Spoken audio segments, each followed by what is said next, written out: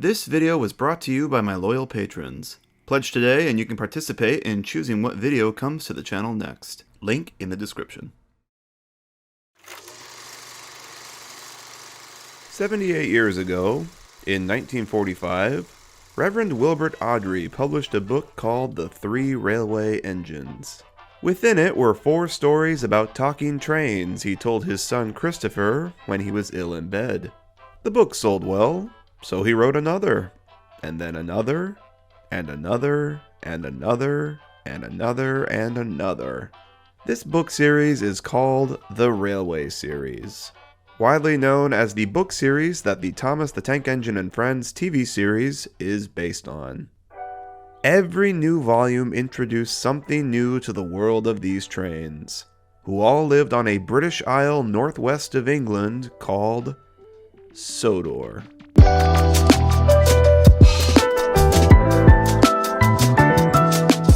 Awdry was in love with the world he created, and he got really into it. He used this series as a vessel to introduce readers to real railways in the UK, with many of the characters having real-life counterparts that you can go and still see today. The series transformed over time from simple bedtime stories for children to a real-life world, a fully thought-out island network with a history that coincided with real events in history. Both world wars happened in Thomas, people. Wilbur and his brother George worked on several maps of the island of Sodor, adding new developments to it over time and making sure every town and every railway line and every landmark had a purpose and an in-depth history. This stuff is Tolkien tier, I'm not joking. And today, we're going to cover all of it. I have done so many Sodor map videos over the years, from the CGI series to David Mitten's official map of Sodor, to my own totally headcanon map. But there's one that I never covered. The official one. Yeah, the one drawn up by the creator himself, Wilbert Awdry. I have had so many people ask me in video comments and in the Patreon Q&As if I'd ever do a video on Awdry's Sodor. And honestly, the idea never really sounded too appealing to me. To me, the fun of the other map videos was that they were all headcanon, using bits and clues from the show to piece together logical placements of everything. It was like putting together a puzzle. Whereas Awdry's, there is nothing to figure out. It's all here, and everything has an explanation and a history to it. But I thought it might be fun to change it up a little bit this time, and actually dive into the histories of all the towns and locations as we go through them. I'd say about 90% of the information in this video is straight from the Island of Sodor book, a huge 150 plus page lore book written directly by Awdry himself. And the remaining 10% or so coming from other lore books, Awdry's own hand-drawn maps and layouts, his lectures, and even just info stated in the stories themselves. So, don't think of this as just a Sodor map video. This is a history of Sodor, a visual presentation of the Island of Sodor book, using the map and illustrations for context. Awdry has drawn several maps of Sodor over the years, but the most up-to-date one is the one from 1992. We will be using the absolutely beautiful HD recreation of it by 01 Salty, which I've used in several videos in the past. Link to his work is in the description.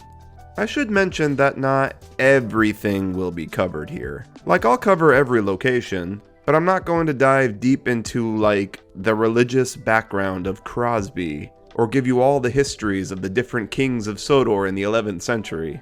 This is meant to be a digestible video, not a book. So I'm going to try and keep things concise and snappy. All of that additional info is in the book itself, and I highly recommend giving it a read if you want more.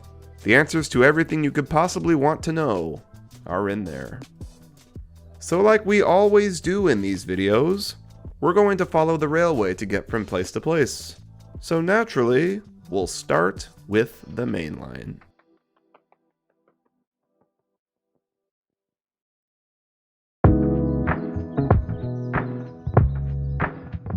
The main railway on Sodor is called the Northwestern Railway, and it came to be in 1914. Its main line formed connecting the 3 individual railways on Sodor that preceded it. The western half is made up of tracks and stations that were put in place by the Tidmouth, Knapford and Arlesburgh Light Railway and the Wellsworth and Sodor Railway. And the eastern half is largely made up of the routes put in place by the ambitious, but ill-fated, Sodor and Mainland Railway. The three railways were connected with a through line in the center of the island, passing through Maron, Cronk, and Kildane. A tunnel was bored through the Ballyhoo Ridge, and a rolling bridge was erected across the Walney Channel, so the island could reach the mainland finally by rail. There have been many extensions and branch lines and additions to the railway since its grand opening over 100 years ago, but for now we're going to focus on the main line as it stands in current day. So as we always do in these videos, we'll start on the west side of Sodor at the beginning of the main line, Tidmouth. Tidmouth is a port, a town, and home of the Northwestern Railway's main headquarters. Tidmouth has a great sheltered deepwater harbor, and is the main source of shipping to the island. It wasn't always like this though. Prior to the 18th century, Tidmouth was on the far side of the island that wasn't accessible to traffic coming from the mainland, being hidden by the deep valley of Tid, with cliffs so steep that only footpaths to this day exist on it. Until the railways and the harbor were built, the only way of getting to Tidmouth via land was by foot or on horseback. There was an attempt by the Arlesburgh and Knapford Railway in 1905 to extend rails to Tidmouth by building a tramway around the headlands to the harbor. These tracks were destroyed in a storm in 1908, however, leaving Tidmouth again unreachable, and left many miners out of work. Under the direction of Topham Hatt I, these miners went to work boring a tunnel through the South Ridge to create a direct rail line from Knapford to Tidmouth. With this tunnel, the Tidmouth, Knapford and Arlesburgh Light Railway was formed, and Tidmouth was now successfully connected to the outside world. The first train ran through the completed tunnel to Tidmouth on July 5, 1910. With this new rail access, Tidmouth's potential as a harbor was soon realized, and the town around it has grown exponentially. Quickly it became the island's main port of call. It's no wonder the Northwestern Railway decided to move its main headquarters here in 1925. With its main line and two branches meeting here, and the harbor adjacent to the station, it's where all the action is. The main line terminates here, with a grand 5-platform glass-roofed canopy station. Adjacent from the station building is Tidmouth Sheds, where the engines are all housed and fueled. The shed itself has developed quite a bit since it was first built. It was originally a 4-road shed, but by December 1952, it had been extended with a large indoor roundhouse behind it and a carriage shed beside it. Starting our journey along the main line, the first landmark we'll pass is the South Tidmouth Tunnel. The tunnel was first built in 1910, and was significant in allowing the first successful railway line to reach Tidmouth. The tunnel was originally a single bore, but gained a second in 1916 so the Northwestern Railway could operate up and down trains simultaneously. This is the tunnel an elephant from the circus once hid in, and Henry was sent to push it out. In James and the Top Hat, James and Edward stop at an unnamed station after departing Tidmouth, and before meeting Thomas at Knapford Junction. This was well before all of Sodor had been figured out, and the station has been officially retconned since, but it would have appeared somewhere around here. Speaking of retcons from that same book, in James and the Express, Gordon mentions getting flipped around at the ever-elusive loop. I was switched off the main line onto the loop. I had to go all round and back again. Again, this book was written before all of Sodor's map was figured out, and the Northwestern Railway having a loop line has since been retconned.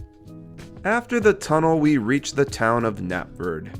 Knapford is, well, kind of a shithole.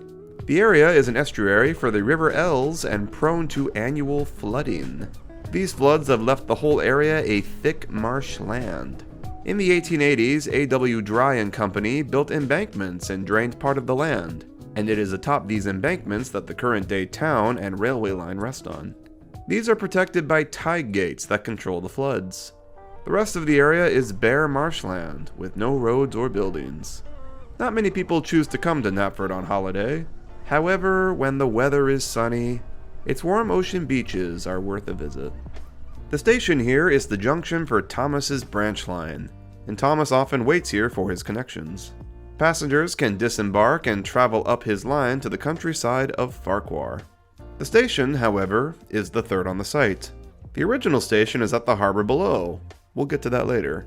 And the second, on the now main line, was built south of the river. The current one, built in 1956, was erected during Sir Charles Hatt's redevelopment of Knapford Harbour. The branch was reconfigured to join with the main line north of the river.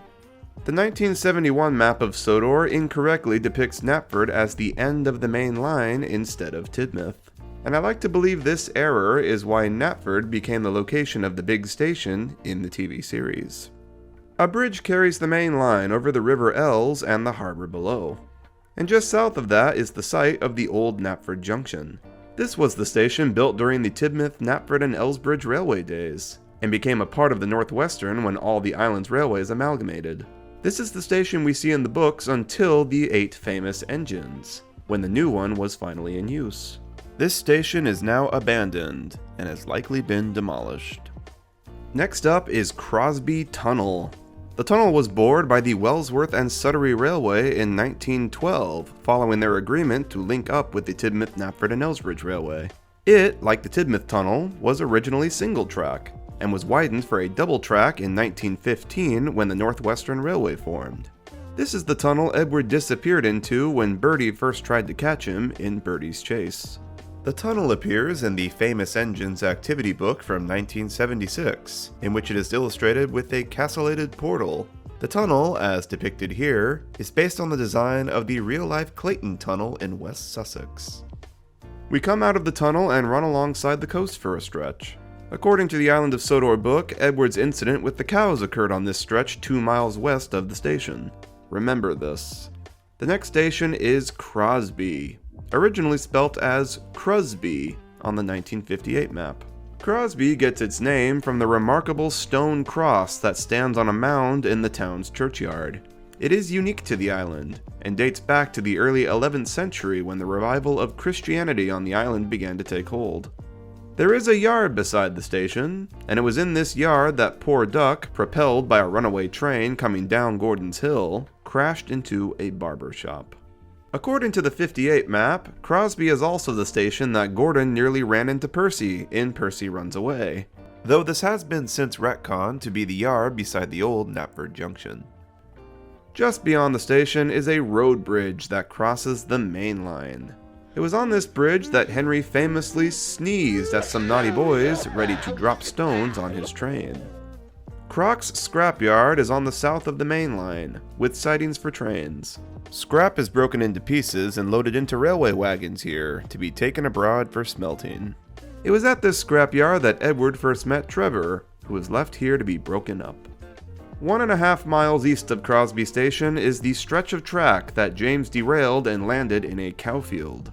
Interestingly, according to the 58 map, the cowfield that James crashed into on his first day was on the west of Crosby Station, but has since been retconned in the Island of Sodor book. The main line passes the Old Nunnery, then St. Tibba's Hospital, and crosses the River Ray, before approaching Wellsworth. The main line, traveling east, as per Awdry's drawings of Wellsworth Yard as provided by the Talyllyn Railway, shows it entering the station first. The station is often dubbed as Edward's Station, for it is the junction for his branch line. There is a bay platform on the north side for trains coming up from or to the branch.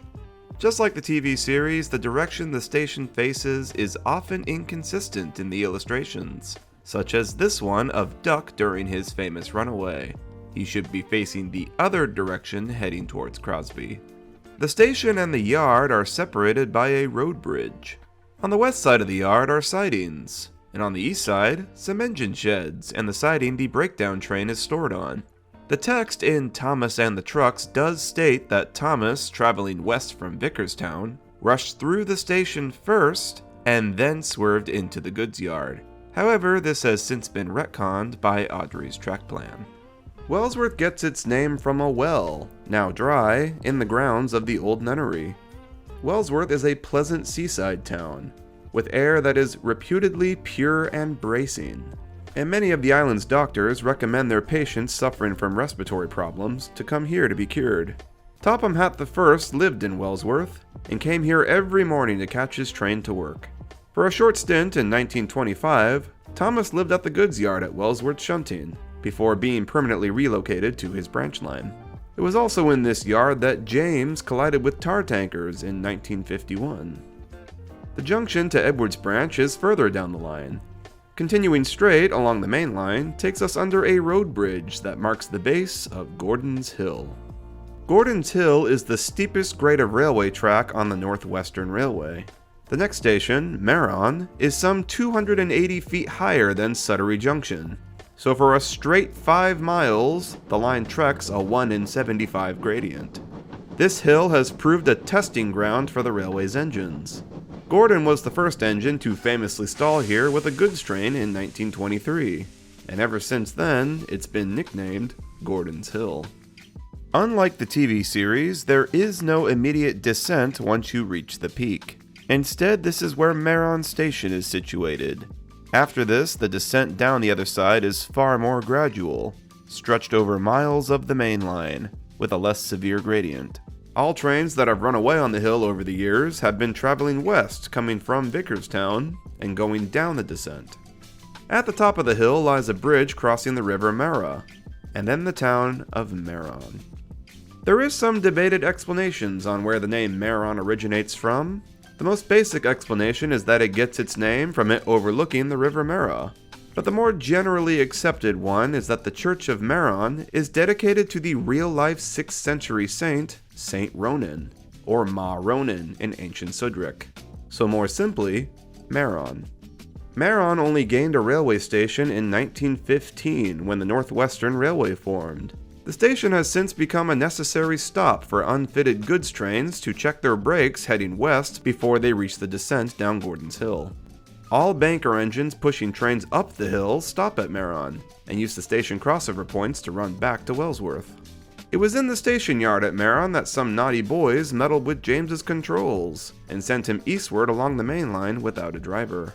Percy, after running away, also came to a stop at Meron in a siding near the signal box. The illustrations here depict Meron by the sea, with the ocean shore on the north side, which is of course inaccurate. The main line then crosses over an impressive curved viaduct. Built by the Northwestern in 1915, it carries the railway over the road and the river Hawan Ab. It was on this viaduct that Gordon lost his dome in domeless engines.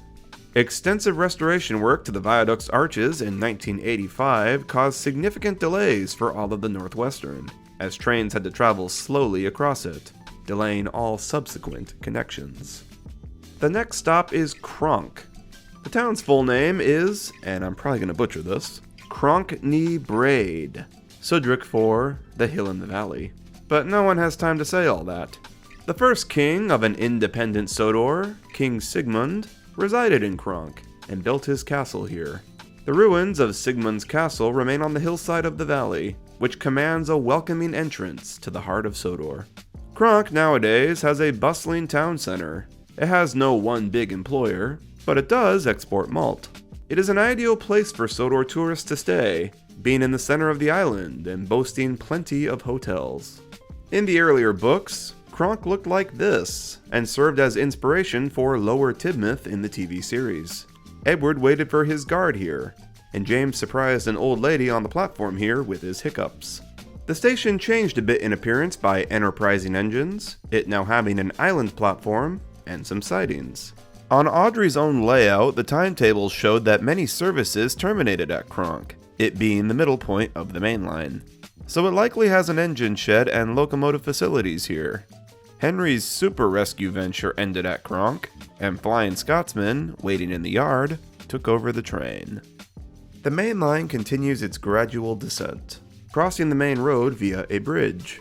It was at this bridge that Gordon was halted by a lorry ablaze, and then helped put out the flames. After the bridge, we enter the town of Culdee. Culdee is a town with some interesting history. Its name comes from, and again I apologize for this, Culdee Digan, I think. Sudric for Church of the Devil, possibly in allusion to the unexplained ominous standing stones on a plateau above the town. There is no factual explanation for why the standing stones exist or how they even got there, but they are likely burial sites from the Neolithic period, once underground tombs and unearthed by erosion over time.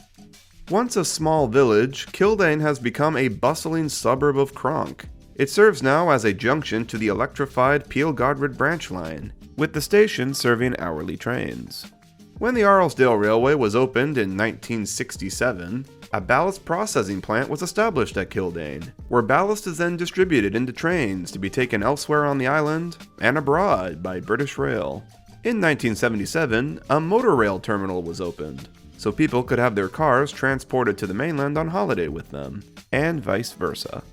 Culdee is the station that Toby tried to take on water while traveling to the works in double header. And it was here, just before the station, that Henry, while pulling the Flying Kipper, had his famous crash in 1935.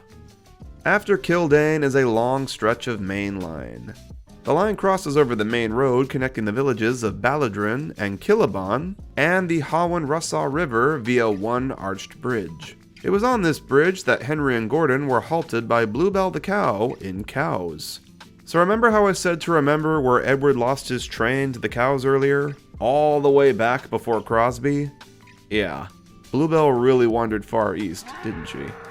The line continues for a long ways through the countryside, and it was on this long stretch that Edward chased a runaway James down in Old Iron. Toby also ran out of water on this stretch, and Donald and Douglas rescued a stuck Henry in a snowdrift out here. A road bridge travels across the main line, we link up with the branch to Kirk Ronan, cross over the river Hawan-Croka, and begin our approach to Kelsthorpe Road. The station for the town of Kelsthorpe is inconveniently 2.5 miles south of the town, placed where the railway crosses the road. Hence its name, Kelsthorpe Road. Kelsthorpe gets its name from Thorkel of Norwich, who marched his men to Sodor in 1067.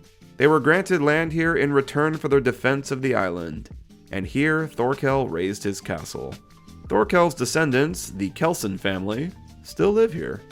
The station serves as the junction for the Kirk Ronan branch line.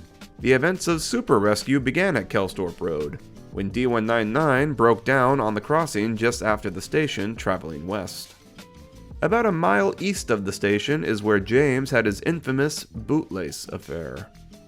Finally, we reach Crovan's Gate, everyone's favorite station, as this is the transfer for the Skarloey Railway. But I'll talk about that later.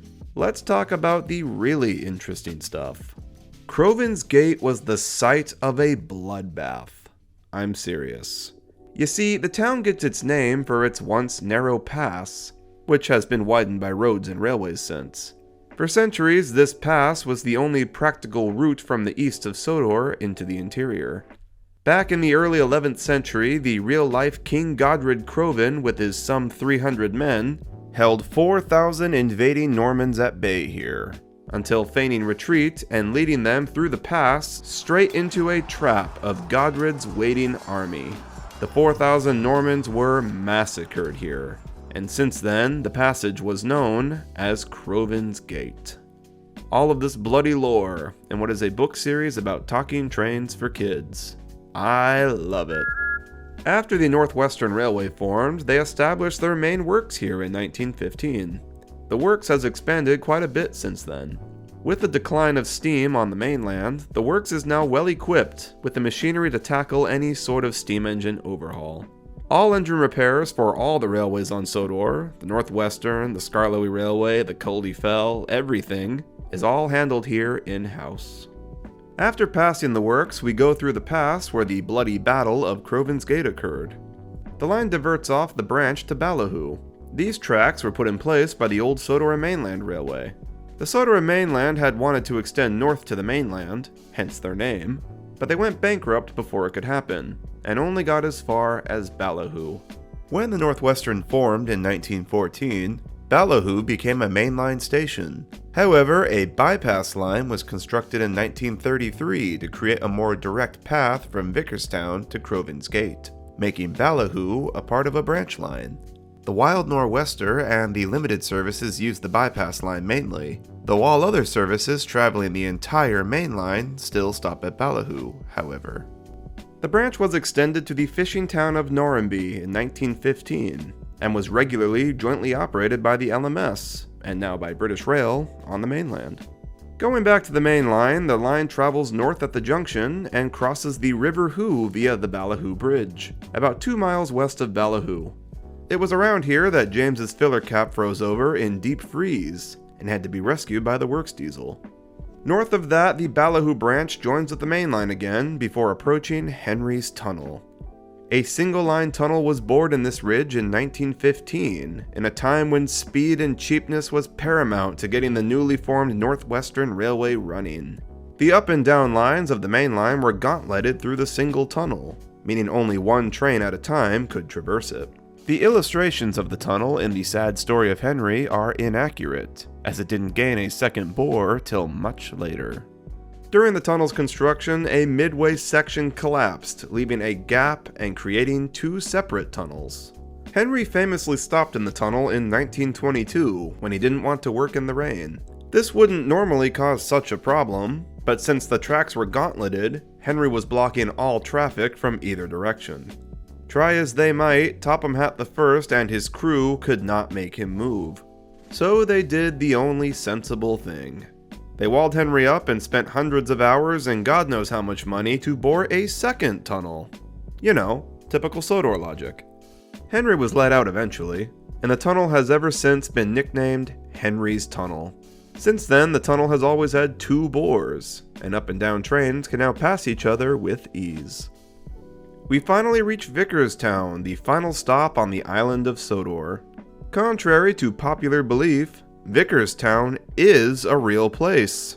The island of Sodor is positioned where the real-life Isle of Walney is. A road bridge from the mainland to the island is here, and the town it touches is Vicarstown, albeit spelled differently. When the Northwestern was new, the line ended here, and Vicarstown was the railway's main headquarters and terminus. The station throat is greeted by a signal box, the one that Thomas was stopped at when he pulled his first train. There was a big canopy station here, and a big engine shed. Thomas was the station pilot at Vicarstown for some time, until he finally escaped in 1925 with a goods train to Wellsworth. In 1925, the Northwestern made an agreement with the LMS. They would be allowed to run Sodor trains across the rolling bridge to the mainland, if the LMS could run trains to Norrumby. And the Northwestern gave up some of its steamboat services here that rivaled the LMS. Once this deal went forward, Vicarstown was no longer a terminus station, and the loss of their steamboat services initiated the Northwestern moving its headquarters to the other end of the line, at Tidmouth.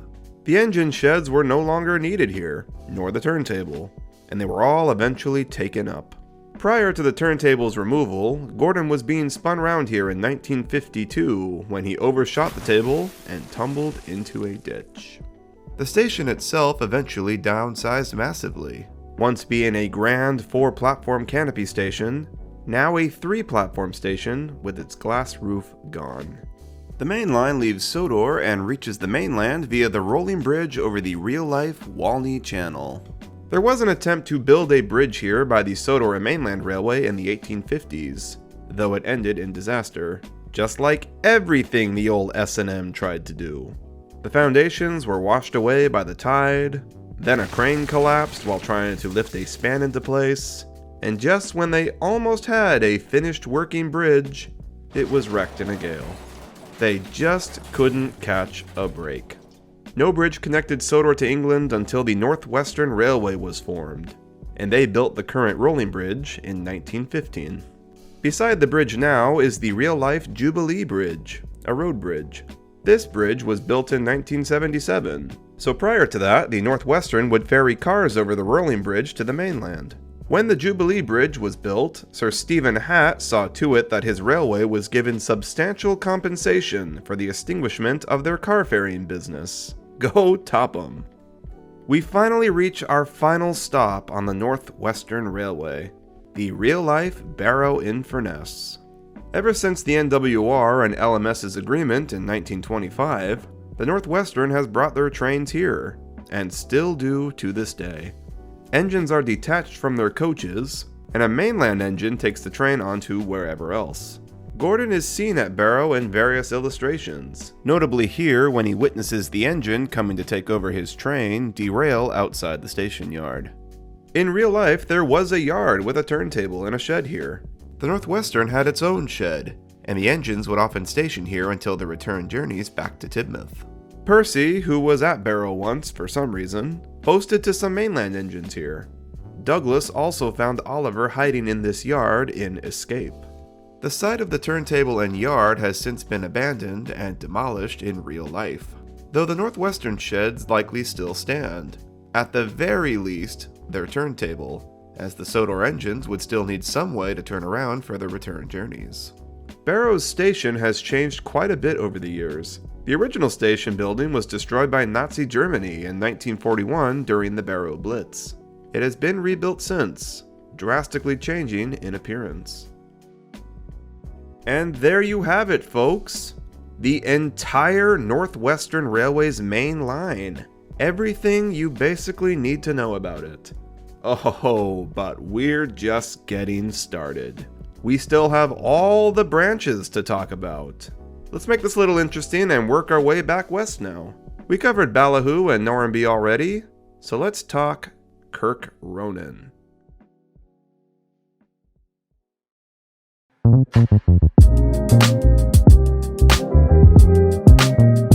The Kirk Ronan branch line is synonymous with the Sodor and Mainland Railway, or the S&M for short, as they laid the tracks that now make up the branch.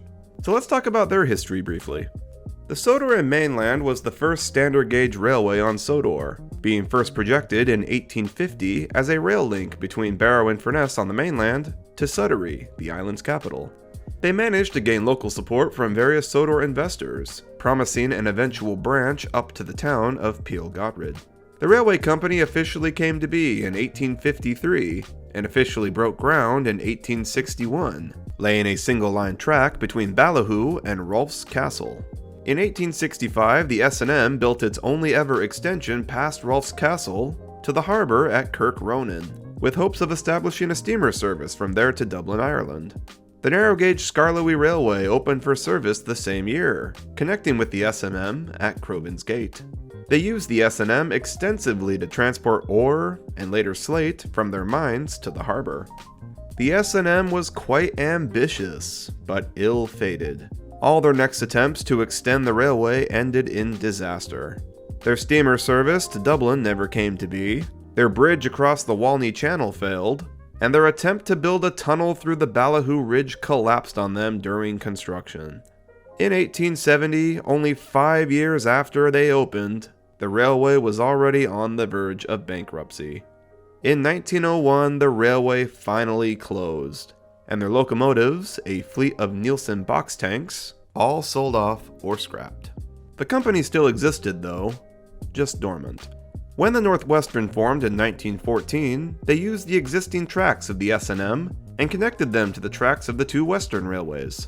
They built the main line, breaking off at Kelsthorpe Road, leaving the tracks to Kirk Ronan Harbour, a branch line. The line branches off east of Kelsthorpe Road and heads south. It crosses the River Hawen Croca before arriving at Rolf's Castle. Rolf was a real-life bishop of the Isle of Man, and Sodor, in the late 11th century. He built himself a fortified residence here, for which the nearby town gained its name. The castle was rebuilt in 1665, and nowadays operates as a conference center. Interestingly, on the 1950 map of Sodor, Rolf's Castle is marked as a stop on the main line, back before the map was fully thought out and the main line swooped a lot lower south on the island. Continuing south, the line terminates at the harbour of Kirk Ronan. Kirk Ronan gets its name from Saint Ronan, the same that Meron was named after. The church here is dedicated to him. Until the 1860s, Kirk Ronan was a quiet fishing port. Once the S&M reached here in 1865, its harbour began to see potential, being the main exporter of ore and slate from the Skarloey Railway. When Skarloey and Rennius first came to Sodor, they arrived via ship to this harbour, as there was no rail connection to the mainland then. When the Northwestern formed and Tidmouth became the island's main port of call, Kirk Ronan's harbour started to dwindle. However, in 1920, a daily sailing service was opened between here and Dublin, something the S&M eventually wanted to start. These sailings still continue to this day, although they now only operate on Tuesdays and Fridays as a local service only. Let's move to the center of Sodor now, and talk about the Peel-Godred branch line.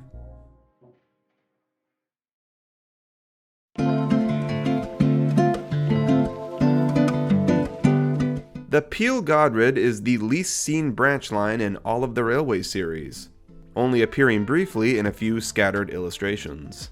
But boy, oh boy, does it have an interesting history. The Peel-Godred branch is infamously the only electrified line on Sodor.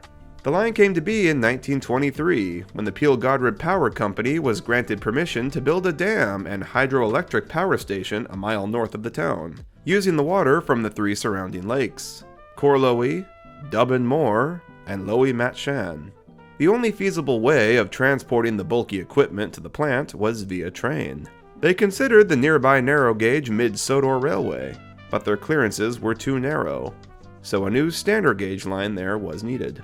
A deal was met with the Northwestern Railway, who agreed to construct the branch line if the power company paid half the costs. A line was finally built up the mountainous terrain from Culdee. The gradients of the line proved to be too extreme for conventional steam, so the line was electrified. A fleet of electric engines, which we've never seen in any illustrations, run this line, with power being provided from the power station. The line carries mostly freight, though 8 passenger trains pass through Culdee daily. Culdee is the junction for the main line and the electric line. A depot is here for the electric engines to stay at. The line travels north into the mountains, first calling at Abbey. Abbey is a private station. The land needed for the new railway line in 1923 was given by its then owner, Albert Regaby, on the condition that his estate was given its own station. At the times, trains would only really stop here on request. An apt comparison of Abbey would be the Boxford's Halt in the TV series. Really only the estate's family used it. Nowadays, the station is an unstaffed halt that serves the school in the village of Cronk Abbey to the west of it. Passenger trains regularly stop here during the school terms to let children on and off. Up the mountainous terrain we go, traveling parallel with the Culdee mountain range to the east. The next major stop is Kirk Mac Shan. Kirk Mac Shan is a village at the foot of Culdee Fell. Saint Mac Shan of Ireland came to Sodor in the 6th century. He lived in solitude in a cave on the mountain, and was sort of a local legend to the village folk. Long after his death, his cave became something of a national shrine and a place of pilgrimage. The church in the village is dedicated to him. The station was built in 1900 as the base for the Skarloey Railway, a narrow gauge railway that climbs the mountain to the summit. When the Peel-Godred branch was erected in 1923, this station became a transfer stop. The mountain railway operates only during the summer months, so from September to Easter, the station is not open, and the standard gauge trains do not stop here. The Northwestern has since laid a passing loop to bypass the station during its closed months. There is a siding below the station to transfer Culdee engines onto standard gauge rolling stock, for when they are sent to Crovansgate Works or elsewhere for their overhauls. The line travels north, passing under the Culdee via a bridge, and finally into a tunnel under the town of Peel-Godred to reach the terminus station on the northern side. Peel-Godred is a walled town, and the largest town on Sodor. It is named after the real-life King Godred MacHarold of the 10th century, not to be confused with his grandson, King Godred Crovan, that we spoke of earlier. King Godred fortified the town with a wooden stockade. Since then, the stockade was improved upon with a stone wall, and as a result, Peel-Godred has never been taken during the many sieges and invasions of Sodor. The line does not end here. About a mile north of the station is the Sodor Aluminum Works, founded in 1926. Scrap metal is brought here from all over the island, where it is processed into ingots, and then taken away to the mainland by British Rail. After the Mid-Sodor Railway's closure in 1947, Falcon and Stewart were sold to the aluminum works to assist in an expansion project. The expansion was completed in 1951. The two engines were left sheeted in tarpaulins for about a year, before being sold to the Skarloey Railway in 1952. for a bargain price of only £25 each. The Peel-Godred line has a lot going on, and somehow we've barely seen it in the books. Let's head south now.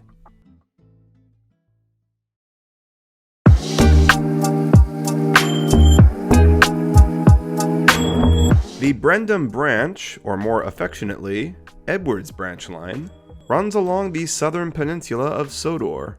The branch is made up of tracks that originally served the Wellsworth and Skarloey Railway, so I think this is a good time to talk about them. Opened in 1878, the Wellsworth and Skarloey started as an industrial line, connecting the Wellsworth to the island's capital at Skarloey, hence its name. The line was run by 4 tank engines, 2 Manning-Wardle saddle tanks, a Sharp Stewart 060, and an unspecified 4th one. In an attempt to create a southern harbor for the island, they extended the line to Brendam in 1904, where they established a deep water harbor there. The line extended westward to Crosby at some point in the early 20th century. The Wellsworth and Skarloey Railway and the Tidmouth, Knapford and Elsbridge Railway were in negotiations to conjoin their 2 railways in 1912. Terms were agreed, and the cutting of the Crosby Tunnel began. The Northwestern Railway was formed 2 years later, and the 2 railways were absorbed into it. The new main line met their tracks at Wellsworth, making the stretch of line between Crosby and Wellsworth a part of the main line, and the tracks down the peninsula a branch line. The branch line is run nowadays by Edward and Boko mostly, though the Island of Sodor book states that they are by no means the only motive power employed, and then goes on to say that the line is supplemented by push-pull services. Not sure if that's referring to Edward himself, or different engines altogether. Push-pulls usually refer to tank engines, so who knows? Perhaps there's a fleet of them that work this line to this day that we've never seen. Fun to think about. Naturally, we'll start our journey at Wellsworth. Departing the station from Wellsworth's Bay platform, trains cross over the main line and divert south at Skarloey Junction. Reverend Charles Laxey, the vicar of Wellsworth, had an orchard alongside the railway here. He retired in 1989 to Brendam, and his son now runs the vicarage. Trevor the traction engine can still be found working in the orchard, often tooting a whistle to the engines as they pass. The only city on Sodor approaches, Skarloey. Skarloey is the capital city of Sodor, and the mayor of Sodor lives here. As the island's capital, Skarloey was fortified, with a Norman-type castle erected here overlooking the estuary in the late 12th century. The castle was always held here by the city, and never by a single baron.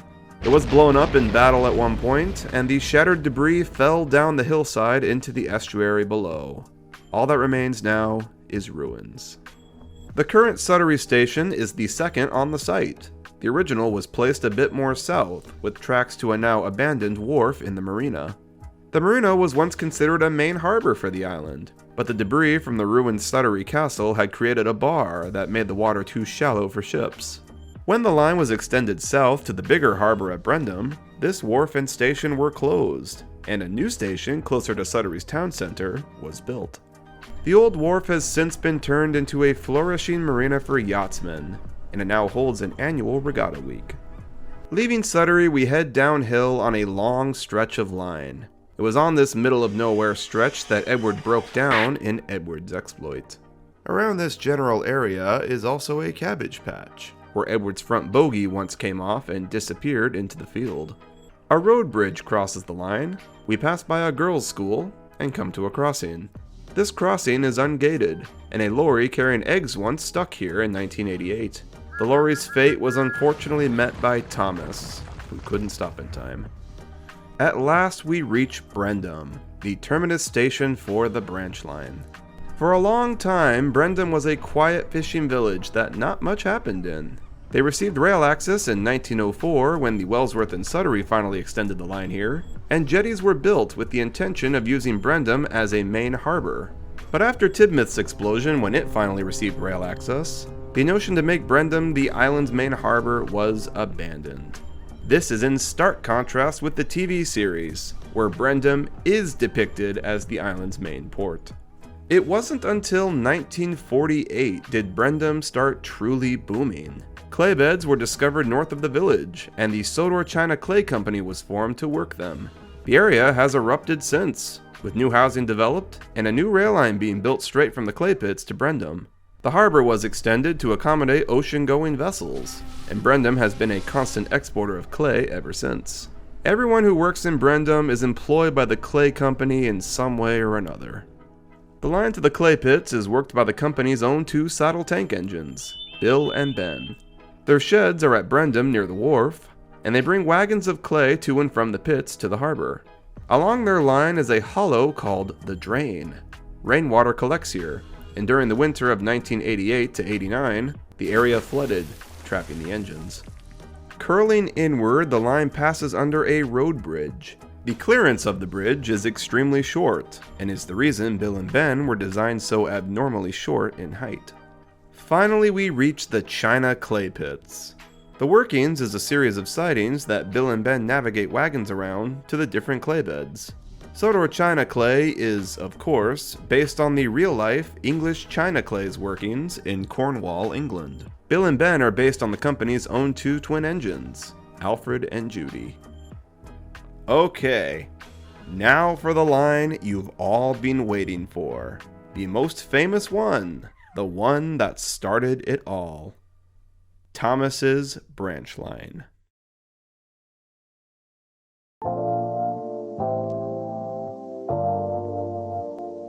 The Ffarquhar branch line, or more commonly known, Thomas's branch line, just might be the most important of all the different lines on Sodor, because it's the one that led to a map of Sodor existing at all.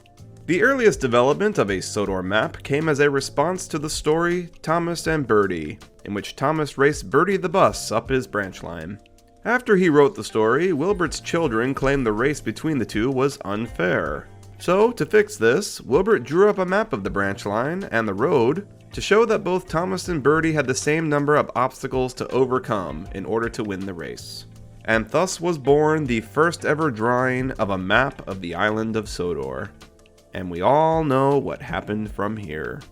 Over time, and as the railway series expanded, Awdry continued to add to his map and the history and the lore, until we had the fully realized network we have today. I guess, in a way, Thomas wasn't exactly wrong when he claimed his branch was the most important part of the whole railway, cause the map wouldn't have existed without it. The Ffarquhar branch line is largely made up of tracks that served the previous Tidmouth, Knapford, and Arlesburgh light railway. So we'll talk about its history now. Opened in 1885, the railway came to be when miners found lead at Torrywreck.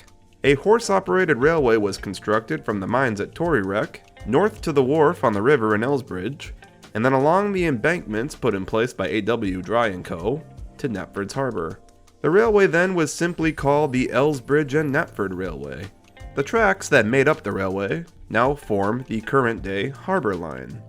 During their attempts to extend the line north to Tidmouth around the headlands in 1905, a young engineer named Topham Hatt designed a fleet of small vertical boiler engines to work the longer line. These engines were peculiar in appearance, and were nicknamed coffee pots. Once the railway finally reached Tidmouth, the railway was renamed the Tidmouth, Knapford, and Arlesburgh Light Railway. In 1912, the railway formed an agreement with the Wellsworth and Sudbury Railway to conjoin their 2 railways to become the Tidmouth, Wellsworth, and Sudbury Railway, and construction on the Crosby Tunnel to connect them began shortly after. When the Northwestern Railway was formed in 1914, it absorbed both of them.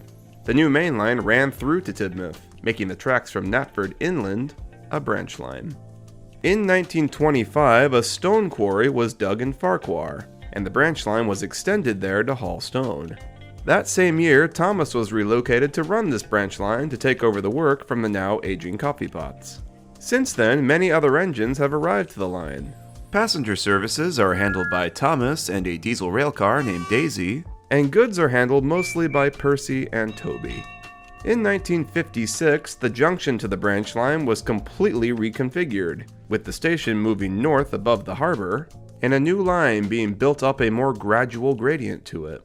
The tracks leading to the old Knapford Junction connected with the harbor line just before the crossing in Dryaw, and are long gone now. For the sake of preventing this from being confusing, I've added dotted lines to the map where the old tracks would have been. Many a story take place on this branch line, so we've got a lot to cover. As we talked about before, the current day Knapford is the third station on the site, built in 1956, and the previous one below the river, long abandoned. In the early books, some significant events took place on parts of the old portion of the line that do not exist anymore, namely, this level crossing. Thomas was stopped at the signal before this crossing in Thomas and the Guard, and he passed Bertie here during their big race. The current day line travels over the tracks of the Harbour Line via a bridge here, and then arrives at Dryaw. The current Dryaw station is the second one on the site, built in 1956 when this section of the line was reconfigured. The new station is somewhat away from the village, but it has a good car park. Dryaw is most known for its airfield. Small planes can land and take off here. A heliport belonging to the Coast Guard service is near the river, and it is here where Harold the helicopter lives. The line starts to climb after Dryaw. There is a road bridge that crosses over the line, and a runaway siding just before it. Thomas lost control here in Thomas and the Evil Diesel, slipping into the siding, and Clarabelle derailed. Just beyond that is the junction to the Harbour Line. A passing loop near the signal box is here, and it was here that Thomas was halted to wait for Stepney to pass with his special. It's also the same signal box that Percy's driver told the signalman of Percy's lime cart crash. The station has a single platform with a passing loop. A goods shed is also located here, as is a cattle dock for the local farmers sending their stock to market. Since we're here, let's travel along the Harbour Line. Below the junction is Crow's Farm Crossing, and it was here that Percy collided with Sam the farmer's cart of lime one fateful night. Beyond that is a road bridge that crosses the railway. This was the bridge that Bertie got ahead of Thomas in their race. Remember, this race happened before the line was reconfigured. The remnants of the abandoned lead mine are after here, which dried up in 1925 or so. It was here that Thomas fell into one of the disused mines when collecting old wagons. After that is the original Dryaw station, built in 1885 by the Arlesburgh and Knapford Railway. This station is closer to the village, ironically making it better suited for passenger trains than the current one. This station is now just a halt for goods trains. Over the crossing in the village, and under the main branch we go. The line curves past the airfield here, near the south bank of the river. This is where Percy first met Harold. To the west we go, under the main line's bridge and into Knapford Harbour. Before Tidmouth became the island's main harbour, Knapford was a place of commotion for shipping in the 1800s. It was the harbour the early Arlesburgh and Knapford Railway brought lead to. Over time though, Knapford proved to be a bit of a disappointment. The area needed constant dredging, and by 1905 the cost was prohibitive. It was the railway's frustrations with the harbour that provoked them to want to extend north to Tidmouth. The remnants of the original tramway they built to Tidmouth round the headlands can be seen here. Once Tidmouth had been reached and it became the main harbour for Sodor, Knapford was pretty much abandoned. That is until 1955, when Sir Charles Hatt put forward his Knapford Harbour Improvement Scheme. He wanted a secondary harbour to relieve the congestion at Tidmouth. He had Knapford Harbour dredged and redeveloped, as well as reconfigured the branch line to meet the main line north of the river. It was this period of construction that brought Percy to the branch line to help, and he stayed there after the work was over. Many incidents, mostly involving Percy, have occurred at the harbour.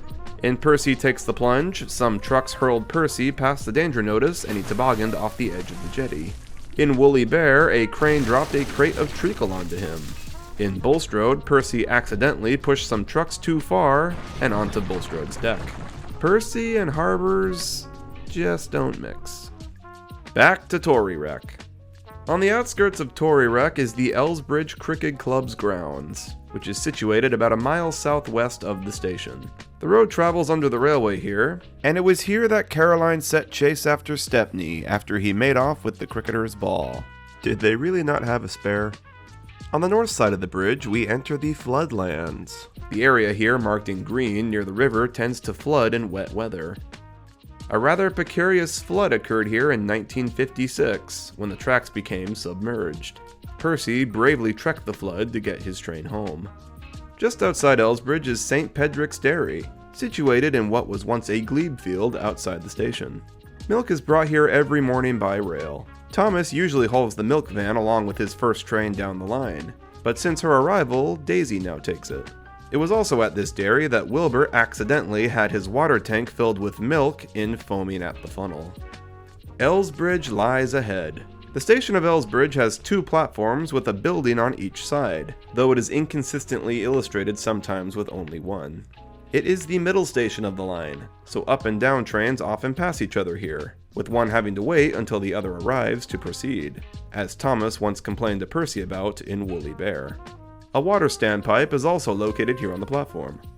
The town of Arlesburgh sits comfortably on the banks of the River Els.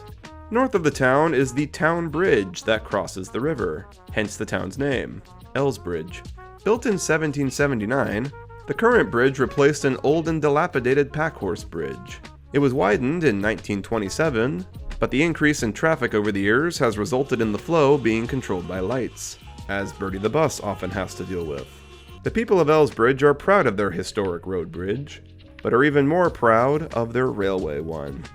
Until 1925, Arlesburgh was the terminus of the branch line. The railway bridge was constructed that year, and was essential in extending the line north to Ffarquhar. The new quarry at Enofa wanted a railway line built to them so they could export their stone, and in return for the Northwestern building the line, they provided all the stone for the bridge, free of charge. Since its construction, the bridge has required little maintenance, which is excellent credibility to the quality of Ffarquhar stone. St. Pedrick's Church lies to the west of the town on the riverbed, and its tall spire can be seen for miles around. After the bridge, we start getting into open farmland. In Callendale is the cutting where Daisy came face to face with Champion the Bull blocking her line. The line gradually climbs here, running straight alongside the road for a few miles, divided by the River Callan between them. Thomas raced Bertie here, Caroline chased Stepney here, and Thomas set chase after some thieves in a stolen car here. A lonely signal box is here on this stretch, and it was here that Thomas's driver alerted the signalman of the thieves in the stolen car. The line continues to climb as it gets into the foothills. Near the peak of the hill, as we approach the tunnel, we're greeted by the happy sight of Mrs. Kindly's cottage. Mrs. Kindly was a middle-aged lady that often waved at the engines as they passed, and in the winter of 1951, while she was still ill in bed, flew a red dressing gown out her window to alert Thomas and his crew of a landslide before the tunnel. As of 2005, Miss Kindly was still alive, albeit very elderly, but she still lived in that cottage and still managed to wave at the engines as they passed by. Around the bend from the cottage is Hackenbeck Tunnel. The tunnel, like the Els Bridge, was bored in 1925 when the line extended northward to Ffarquhar. Thomas infamously got stuck in a snowdrift on the south end of the tunnel and had to be rescued by Terence. And on the north end of the tunnel is Terence's field. Near the field is the bridge crossing the Hackenbeck stream. This small wooden bridge collapsed in 1991 when the snowmelt was so heavy that the stream flooded and weakened the bridge. Very luckily, poor Percy managed to cross the bridge before it went. And just on the other side of the bridge is the little halt for Hackenbeck itself. Hackenbeck is a small hamlet about a mile east of Ffarquhar. According to an article in Railway Modeler written by Awdry, Hackenbeck was the only station on Sodor to fall to the beaching axe, and so the line did not stop here for some time. This is all a fun in-joke to the fact that Awdry couldn't fit Hackenbeck on his own layout, so he wrote into its canon that it was removed by beaching, because it simply didn't fit. In canon, it's speculated to have been reinstated since, and as of the story Washout, passenger trains regularly stop here now at the little halt. He set off happily with Annie and Clarabel, and when they stopped at the small station, Percy looked carefully at the stream. Under another road bridge we go, and we enter the rural village of Ffarquhar. Until the railway reached it in 1925, Ffarquhar had a rather quiet, peaceful existence out in the countryside, made up mostly of hill farmers. A brewery was established here in 1850, called Felgood's famous Ffarquhar Ales, using fresh water from the Hackenbeck stream, which apparently makes all the difference. As a result, the area has a great pub scene, including known spots such as the Three Beetles and the Toby. Ffarquhar's railway station has one platform with a run-round loop. There is also a milk dock and a cattle dock here. The station's depictions in the early books are largely inconsistent, as Awdry makes note of in the Island of Sodor book. Its depiction in branch line engines onwards is its canon appearance. Behind the station is the yard and sheds for the engines. Originally, only a single brick berth was built to accommodate Thomas when he first arrived, and they were later extended with stone to give Toby and Percy each their own berths, hence their two-tone appearance. A brick-built carriage shed was also here at one point for Annie and Clarabel, but was pulled down when Toby and Henrietta arrived. A two-road wooden carriage shed was erected beside the shed, and it is here where Annie, Clarabel, Henrietta, Victoria, and Daisy all rest. Behind the sheds are a series of cottages, with a road dividing them from the railway. It was through the buffers here that Thomas plowed through and into the station master's house when he once tried to drive himself. Ffarquhar is the terminus for the branch line, though the line does not end here. It continues onwards to the nearby quarries via a tramway that curls around the sheds and through the village. Mavis, the Ffarquhar Quarry Company's own diesel engine, brings stone down from the quarry via this tramway and leaves the wagons at the stone cutting shed adjacent from the engine sheds. The tramway is built into the already existing street, and only engines with covered wheels are legally allowed to operate on it. Hence why Toby was brought to Sodor, and why Mavis also has her wheels covered. The law prohibiting it is quite out of date now, so engines like Percy have since been allowed to traverse the tramway. It was in this part of the town that Toby once made an emergency stop to avoid hitting a car, and the force bent Henrietta's balcony. On the edge of the village, the tracks enter their own lane and climb a steep gradient just after the final crossing. It was here that Mavis stuck on icy rails, unable to get her heavy wagons moving. It's a steady gradient up the hill to the quarries. Coming down the line, engines have to be careful with their heavy stone trains and pin their brakes. A runaway siding is here just in case of emergency, which Percy unfortunately just missed during his predicament. The line curls west, crossing Ulfstead Road via a bridge. About halfway up the line is a wooden bridge that crosses the River Els. This bridge is shared by the railway and the road. This is the bridge that Toby famously tight-roped on. After that, the line curls east again. The road to the quarry crosses the railway here at an ungated crossing, and it was here that a rather angry constable ticketed Thomas for running on the tramway without covered wheels. At last, we arrive at the quarry.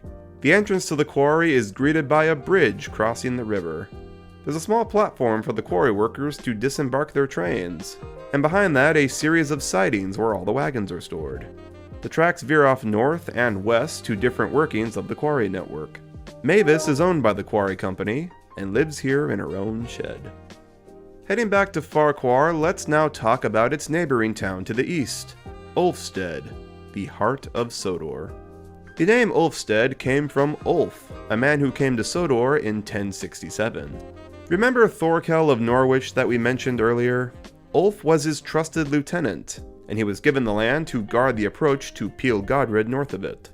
Ulf raised a castle here in 1070, Ulf's Stead, hence the town's name. In 1404, the castle was ceded to the then king, King Henry IV, by Sir Arnold de Normanby. The king restored the castle, and in turn made Sir Arnold the Earl of Sodor. Nowadays, the castle is owned by the Sodor Island Trust, who upkeep it for tourism. And the current-day Earl of Sodor, Richard Robert Normanby, still lives comfortably in Ulfstead. While Ulfstead has a lot to offer tourists, rail access to the town has always been an issue. Back in the day, the Mid-Sodor Railway had hoped to build a branch south to Ulfstead, but it never came to be. The Northwestern proposed extending the Ffarquhar line to it in the 20s, but competition between the railway and the bus service was high then, and the buses were able to provide a more flexible service than the railway could.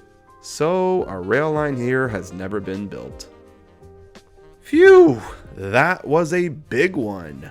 We still have one more standard gauge line to cover, so let's head to the very west now and talk about the Arlesburgh branch, aka the Little Western.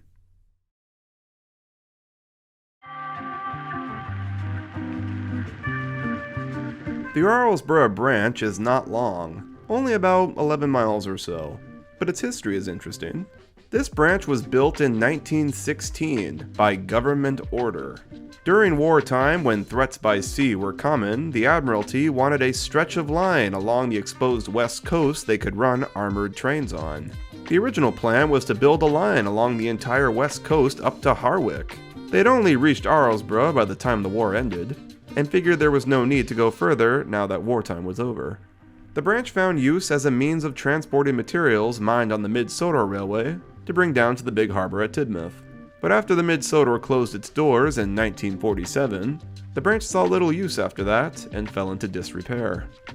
Since its redevelopment in '56, Knapford had proved useful as a supplementary harbour to Tidmouth. However, it did not relieve the congestion at Tidmouth as much as Sir Charles had hoped for, and thus he went north to see what could be done at the old Arlesburgh harbour. The branch line was reinstated in 1965 to service the harbour, and Duck and Oliver were selected to run it, running alternating push-pull services. The engines and their auto coaches are all painted in full Great Western Railway colours, hence the branch's nickname, the Little Western. The west coast of Sodor is a popular holiday spot during the summer months, and the onslaught of annual visitors keep the two engines very busy. The branch line starts at the big station at Tidmouth. It runs into the station through an opening in the rear and terminates at the outermost platform. Departing the station, the line travels over the River Tid and into the North Tidmouth Tunnel, a long tunnel that stretches about 2 miles. The tunnel is never seen in any illustrations, though it is likely a single-line bore. Emerging out the other side, we're greeted with Bulgy's Bridge. This is the bridge that Bulgy the double-decker bus infamously stuck under when trying to take a shortcut to the big station, and didn't account for the bridge's low clearance. Around the curve we go, and the line starts to run parallel with the coastline. The look of the Little Western took great inspiration from the Cambrian coast in Wales, as you see here in this illustration. The line crosses over a second road bridge, as shown here, before approaching Haltraw. At the signal box, the track splits into 2. At this junction is a standpipe. It was here that Donald, while taking on water, discovered Dilly the Duck in his tender. We arrive at the coastal village of Haltraw. Haltraw is the middle station on the Little Western, first being built in 1964 when the branch reopened. It has an island platform and passing loops on either side. Oliver and Duck pass each other here going in opposite directions. The village is a pleasant summer resort with clean, firm, sandy beaches. It's rapidly grown in popularity over the years with holidaymakers. The railway line is on a raised embankment surrounding the edge of the marina here. The marina fills during high tide. Dilly the Duck lived at this station, quacking at the trains as they went by. In one illustration, the station sign misspells the name as Hall Treath, which may have been a working name before Awdry settled on Haltraw. About half a mile north of the station is the field where Bulgy currently resides as a henhouse. The line begins to travel inland towards Arlesburgh. The branch line terminates at the station of Arlesburgh West, which is a transfer station for the miniature Arlesdale Railway to the east of it. Sheds for Duck and Oliver are located here, as well as a turntable for Donald and Douglas when they come up the line with goods trains. Oliver, propelled by runaway ballast wagons, once fell bunker first into the turntable's well. Duck met Bulgy at the station here, and Oliver accidentally tore Scruffy in half here. The tracks continue north into the harbour, where the original Arlesburgh station and the transfer with the Mid-Sodor Railway was located. It has since been torn down, and the new one, Arlesburgh West, erected in 1964 when the branch line was reopened. Arlesburgh gets its name from being a town, or burg, on the mouth of the River Arle, hence Arlesburgh. It is geographically located opposite Douglas on the Isle of Man, and like it, is a deepwater harbour formed from the same geological rift. Arlesburgh has always been a port, even in the medieval days, but truly started booming in the 19th century when mining began at Arlesdale. The Mid-Sodor Railway would bring lead and other materials here, where steamers from the Isle of Man and elsewhere would collect them. When the Mid-Sodor closed in 1947, the harbour fell into sad decay. That is, until it was revitalized in 1964, when the branch reopened. Now Arlesburgh is a popular tourist hotspot with an active waterfront scene. Since we're near it, let's head north and talk about Harwick. Harwick is a seaside town in the north of Sodor. The origin of its name is debated, though it likely comes from that King Harold the Black frequently used this area on journeys between Sodor and Man.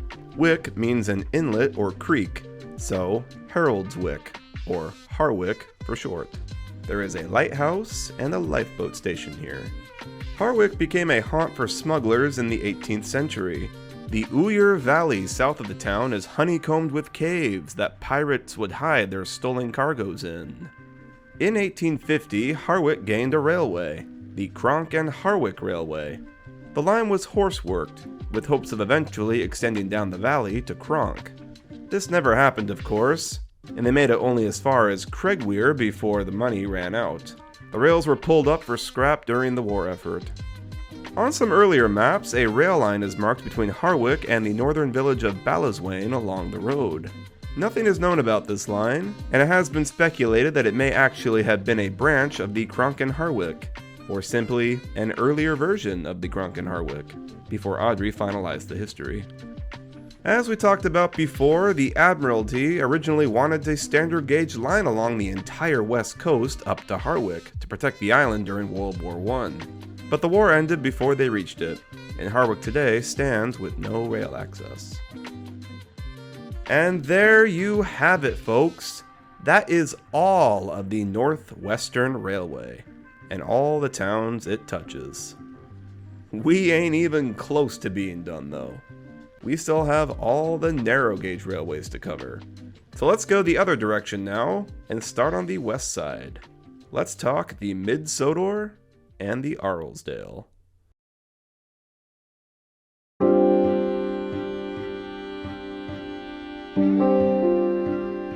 The current-day miniature Arlesdale Railway is built atop the trackbed of the long-abandoned Mid-Sodor Railway. So I think it's appropriate to cover both at once, and explain the differences as we go. The Mid-Sodor Railway is now closed, with a lifespan of 50-odd years, but its influence on Sodor has been long-lasting. The first notion of a railway here came in the 1860s, when the newly formed Sodor and Mainland Railway promised the town of Peel Godred an eventual rail extension. By 1870 or so, the S&M had barely extended at all, and was on the verge of bankruptcy. And the people of Peel Godred came to the conclusion that if they were ever to have a railway, they would have to build it themselves.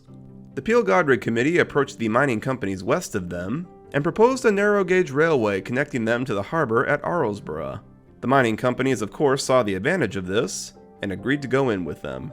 By 1874, the west part of the line had been constructed as far as Arlesdale, and open for service while the eastern part of the line up the mountain was still being constructed.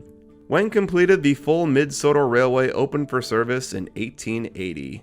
The railway was a success, providing them a through link from the biggest town on Sodor to the port, and boasting a steamship connection at Arlesburgh to the Isle of Man. For many years, this narrow gauge line was run by several engines, including Duke, Stanley, Falcon, and Stuart.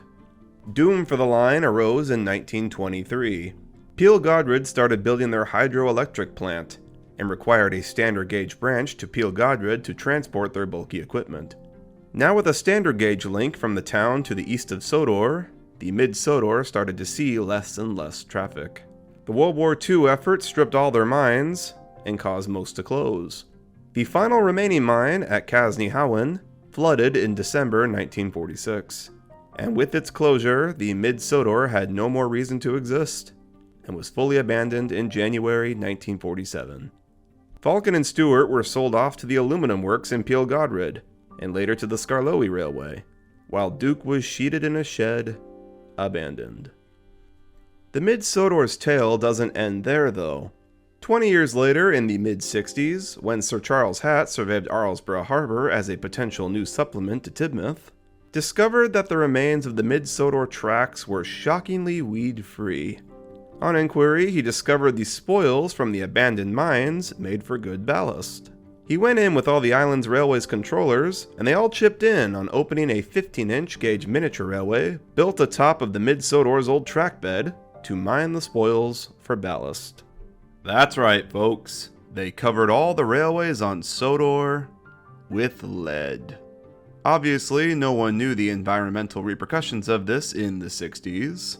So with all that lead poisoning, it's no wonder the people on this island thought the trains could talk, huh? The new railway, called the Arlesdale Railway, opened in 1967 and is run by 4 cute miniature steam engines: Bert, Rex, Mike, Jock, a diesel named Frank, as well as a few other diesels we never see in the illustrations. They now bring ballast down from the hills to be transferred into standard gauge wagons at Arlesburgh West. The Arlesdale Railway is heavily based on the Ravenglass and Eskdale miniature railway in England, with even its engines having similar sounding names. Many locations on the Arlesdale are directly inspired by those of the Ravenglass. So with all that information in mind, let's begin our journey up the Arl Valley. We'll start at Arlesburgh West, the main hub for the Arlesdale Railway. The station for the miniature engines is parallel with the standard gauge one, complete with a footbridge over the tracks for the passengers to easily transfer over. The station, as depicted in the illustrations, is how it looked in 1967. Since then, a second platform has been added and a canopy over the lines. The transfer gantry, also known as the ballast chute, is also here. Miniature engines push their hopper wagons of ballast on top, a latch under them opens, and their ballast tumbles down into the waiting standard gauge wagons below. As noted in the Island of Sodor book, artistic license depicts the chute right beside the station. This is inaccurate. It is actually further east, after the station. It's been rebuilt since, with the main structure around the standard gauge tracks enclosed to prevent dust clouds. Behind this is the engine shed, which has a well-equipped workshop within it. The newest engine, Jock, was built here. On the other side of the line is the diesels shed, as well as a carriage shed capable of holding all the railway's stock. Departing the station, we come to the harbor. The first stop is Arlesburgh Bridge Street. This used to be the west hub for the Mid-Sodor Railway, complete with a 2-platform station with an all-timber roof, and past it a goods yard and a shed for the engines.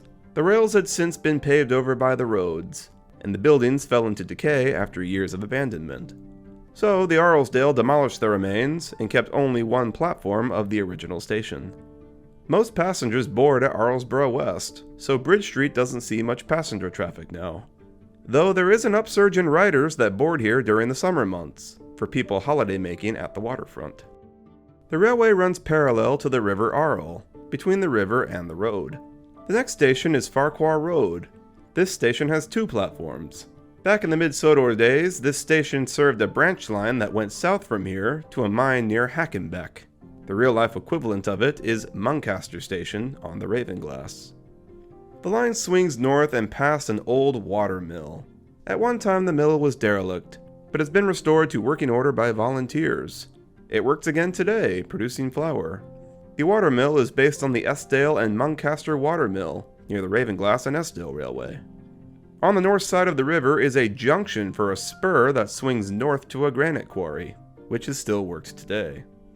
Marthwaite is the middle station of the railway, also once served by the Mid-Sodor. The buildings of the original station are still intact, though since then has gained a second platform. The station is a mix of 2 different ones on the Ravenglass. The station layout itself is based on Urton Road, but the name is derived from Marthwaite Halt. Leaving Marthwaite, the line traverses a belt of woodland for about 2 miles, which is not depicted here on the map. It was in this woodland that Bert drenched Teddy Boston with water. This stretch has since added a passing loop before the next station, Arlesdale Green. Arlesdale Green, also simply called the Green, was a station added later in the Mid-Sodor's life. They originally didn't want one here, since their main station at Arlesdale was only a short distance away, and they thought this station's existence unnecessary. But after much urging from nearby villagers, they begrudgingly erected a ramshackle halt here in 1900, and basically called it a day. After some ridicule though, they eventually cleaned it up, giving it a gravel platform and its own station sign. The Arlesdale rebuilt the station entirely, giving it a proper platform and a new station building. There's a road bridge on either side of the station. On the east side, right beside the station, is where Willie the Farmer lost his wool sacks, and caused Rex a rather embarrassing derailment. After the bridge, the line and road run alongside each other for a short while, through another woodland. This small stretch is known as the Lane, and it is where Wilbert Awdry and Teddy Boston accidentally splashed mud on Bert with their car. After the woodland would have been a junction. The miniature line continues south, but the tracks of the Mid-Sodor would have veered east to the original Arlesdale station. We'll come back to that in a moment. The final station on the miniature railway is the current-day Arlesdale. The station has two roads, and ends with a turntable so the engines can be turned around for their return journeys. The station is based heavily on the Ravenglass and Eskdale's Dalegarth station, which is also the terminus for their line.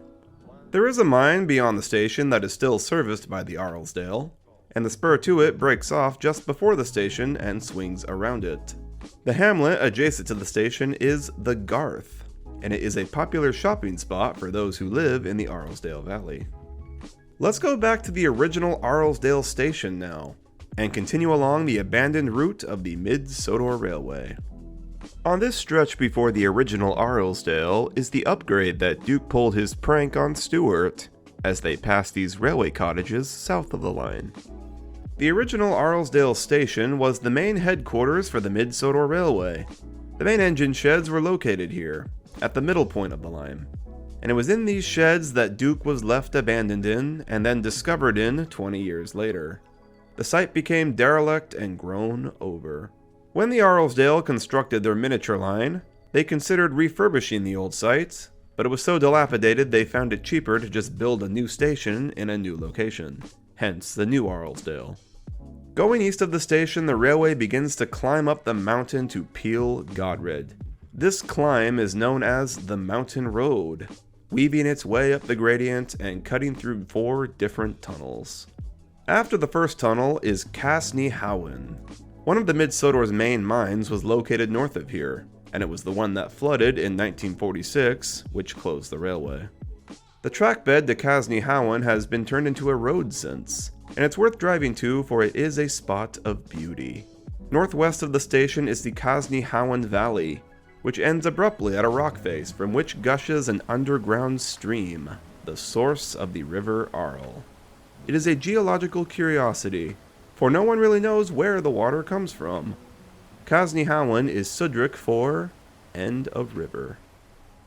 The trackbed past Casney Howen has since been turned into a footpath. Just after the second tunnel was the location of the Bulldog incident. Falcon derailed on the curve and hung over the cliff's edge, with Arlesdale visible below. Through a third tunnel, and a fourth, and we reach Ulfstead Road. This was the summit station for the Mid-Sodor, the peak of the mountain. All up trains were required to take on water here, and all down trains were required to check their brakes here. It was from Ulfstead Road that the branch down to Ulfstead was once proposed, but was deemed impractical, so it never happened. The next stop was the hamlet of Ballamoddy, and beyond that, the original terminus of the Mid-Sodor, Arlesdale Road, which is marked as Old Terminus on the map. It was a temporary terminus until they extended the line into Peel Godred proper. The final stop on the Mid-Sodor was King Ori's Bridge, aka the station for Peel Godred, opened in 1900. The real King Ori's Bridge is beside the current-day road bridge over the river. It is a medieval structure that King Ori, aka Godred I, used to cross to lead his men into battle.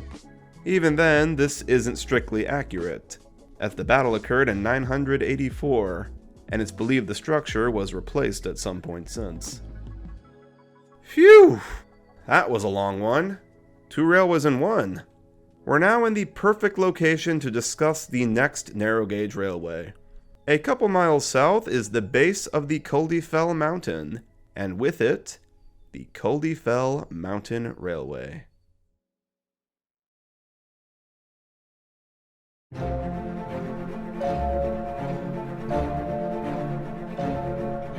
The Culdee Fell Railway climbs Culdee Fell. the tallest mountain on Sodor.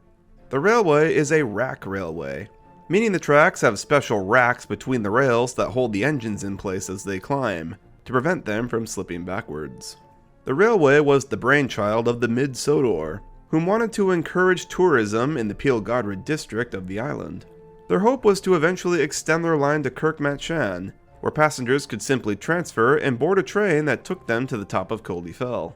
They consulted the then landowner, Lord Peter Baraine, and after a couple years of wearing him down, eventually convinced him to sell the land. Ground broke in 1897. The railway took much inspiration from the Snowdon Mountain Railway in Wales, which opened in 1896, and they based their system on theirs.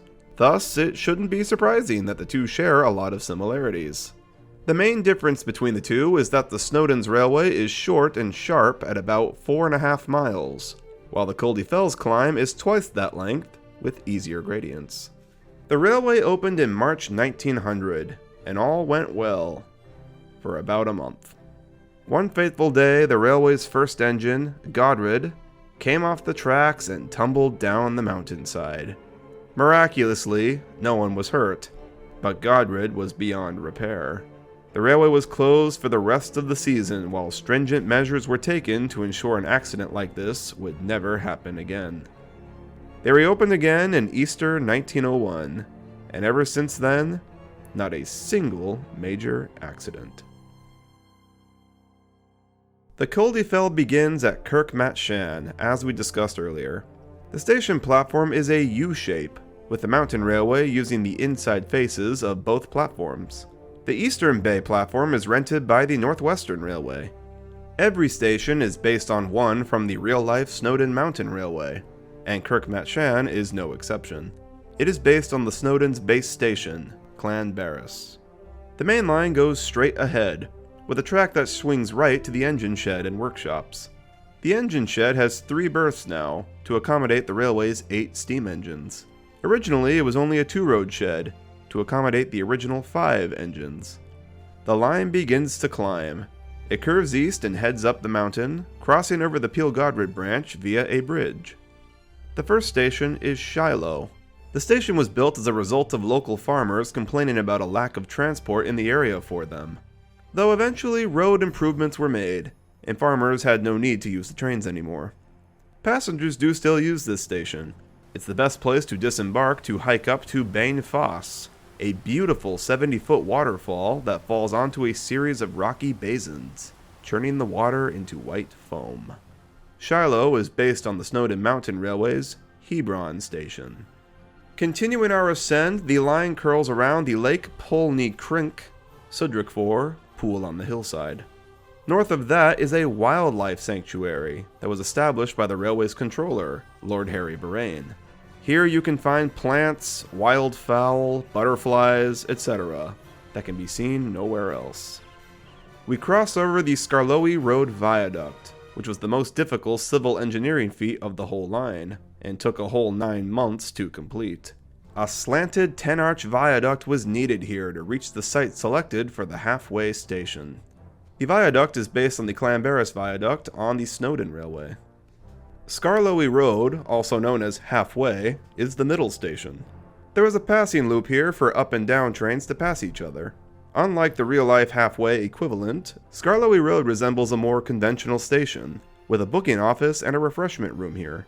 Travelers have the choice to stay on the train for the rest of their journey up, or can disembark here and continue on by foot via the hiking trails, which will take them past the legendary centuries-old St. Matshan's Cave.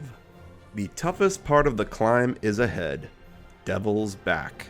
Devil's Back is a very bleak and exposed ridge, open to all winds that blow. Only when the winds are light are trains allowed to cross it. The gusts of winds met here are quite capable of derailing a lightly loaded train.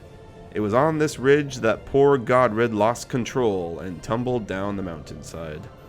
There is a station here, though it is rarely used. The station master has a single hut that was stoutly built and set lower than the railway itself to shelter it from the winds. Devil's Back, station and ridge, is based on Clogwyn of the Snowdon Railway. Braving the most terrifying part of the climb, we are greeted with the relieving sight of Summit Station. The station has 2 terminal roads with long platforms. A restaurant is here that provides hot drinks and snacks for riders to enjoy before their descent. There are no resident staff here, and overnight accommodations are only provided in emergency. Lord Harry came off at the points here in the story Danger Points, trapping poor Wilfred and his passengers at the Summit Station until help arrived to re-rail him. The Culdee Fell Summit is, of course, based on the Summit Station of the Snowdon Mountain Railway, bearing an almost one-to-one resemblance. From the peak of Culdee Fell, on a rare clear day, you can see the coast of Cumbria and North Wales in the east. Ships in the island's harbors can be made out, as well as vehicles twisting and turning up the many valleys. There's no view out there quite like it.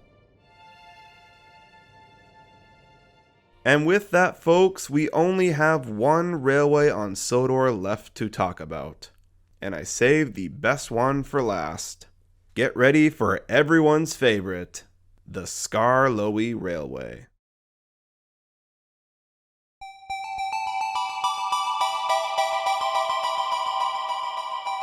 The Skarloey Railway is a narrow-gauge railway that runs from its wharf at Croven's Gate up the Hawendui Valley to the lake at Skarloey.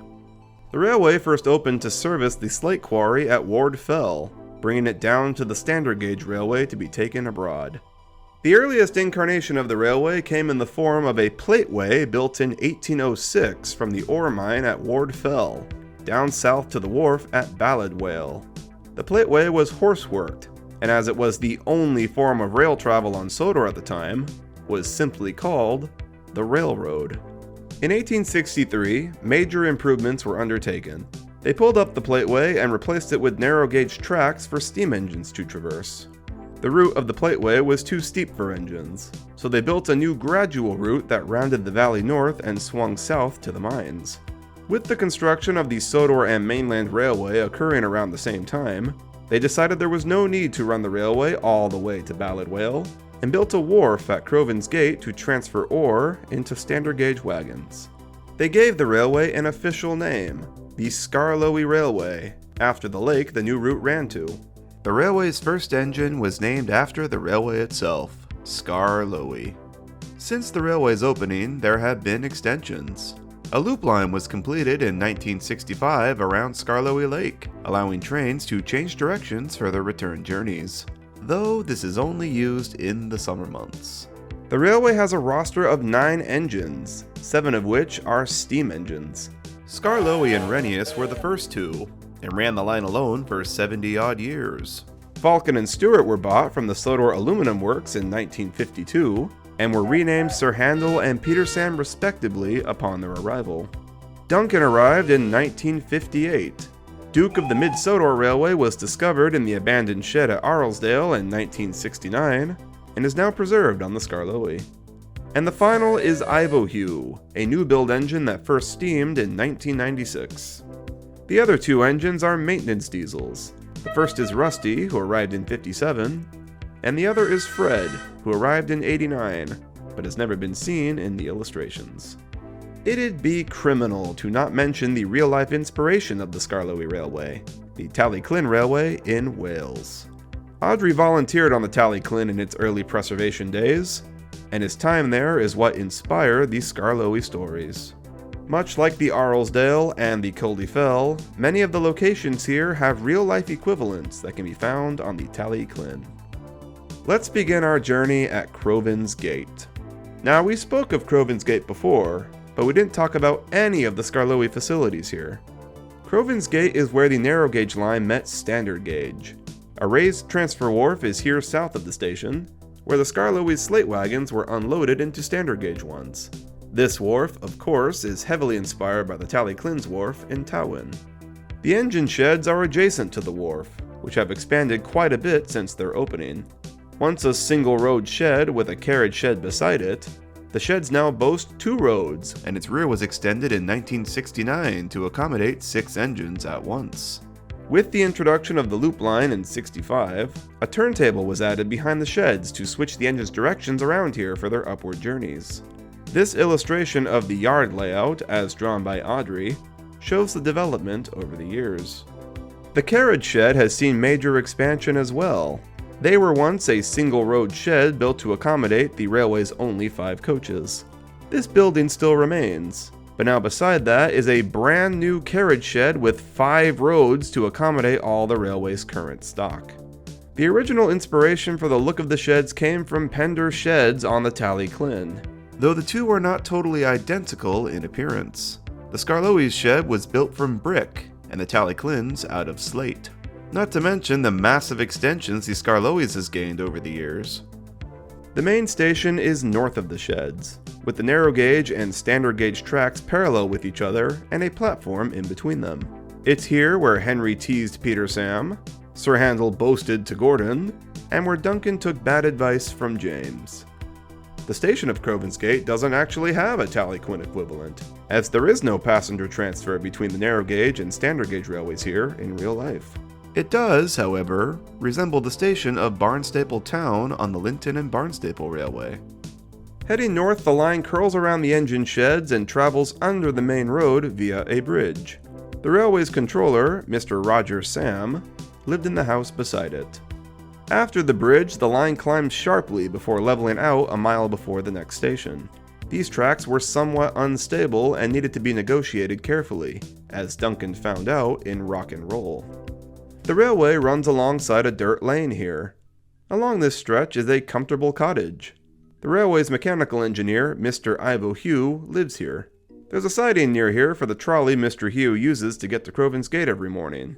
The trolley has been affectionately nicknamed Ivo's Flying Bedstead. The station of Crosney Kern used to be a hub of sorts during the railroad days. Sidings for horse-drawn wagons were located here, but were pulled up when the Skarloey Railway built its new line. A small, unstaffed building and a platform were erected here. The illustrations show a bridge here, as per the real-life inspiration, Riddy Ronan, but it is actually a level crossing, as noted on Awdry's own drawn map of the area. Again, generously provided by the Talyllyn Railway. Road and rail runs alongside each other for a short while after the station, running parallel with the river, Ben Glass. It was on this stretch that George and Sir Handel infamously faced off. Their collision resulted in a fence being put up separating the rails from the road.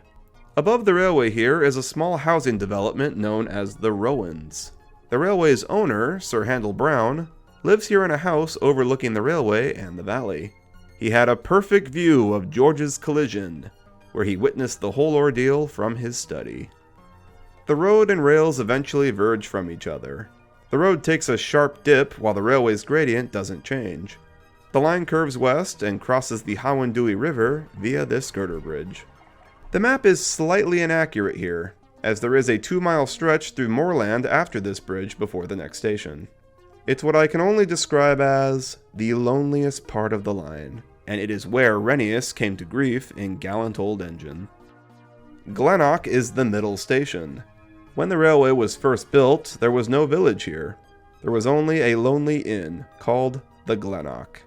When the railway came and people started to settle, the name simply stuck. As the midpoint of the railway, a passing loop was installed here to allow up and down trains to pass each other. The points needed to be manned, so a station soon followed. The real-life equivalent of Glennock is Bryn Glas on the Talyllyn. However, the station's appearance is modeled after, oh god, I just know I'm going to mispronounce this, Abercliffeny on the Corus Railway. The village of Glennock has grown over time, now with its own church and a juniors school. North of Glennock are several stiles and dirt paths that meet the railway. They aren't stations, but are request stops on busy market days. North of Glennock is another girder bridge crossing the Howendui. The original bridge was swept away in strong winds and currents in 1961, and a new one was built. The current one is said to be similar in appearance to the earlier girder bridge near Crosney Kern. Above the bridge we approach what many of the Skarloey's railwaymen have nicknamed that dratted tunnel. Rennius Tunnel is short but curved, so it's impossible to see through it, meaning no warning of obstruction. The tunnel is not lined, meaning it is prone to seepage, such as thick icicles, which Peter Sam once found out. and loose rock fragments, as Duncan once experienced. You can see why it gained its nickname. Interestingly, there is no tunnel on the Talyllyn. The Skarloey having one was totally an invention of Awdry's. North of the tunnel there is a ridge that runs alongside the river. Washouts are common here after wet weather, sometimes blocking the line. Skarloey found this out once.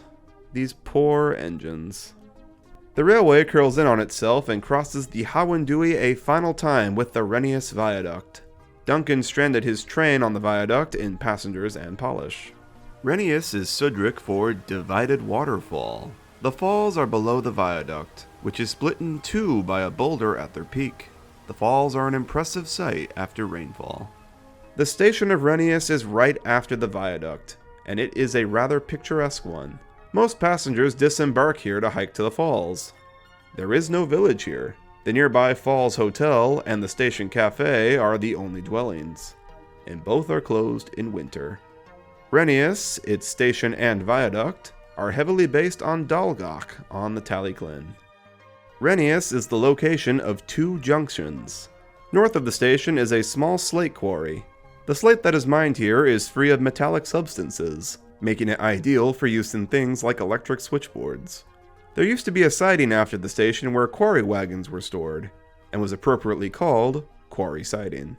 However, when the loop line began its construction in 1963, this siding ended up becoming the mouth of the new junction.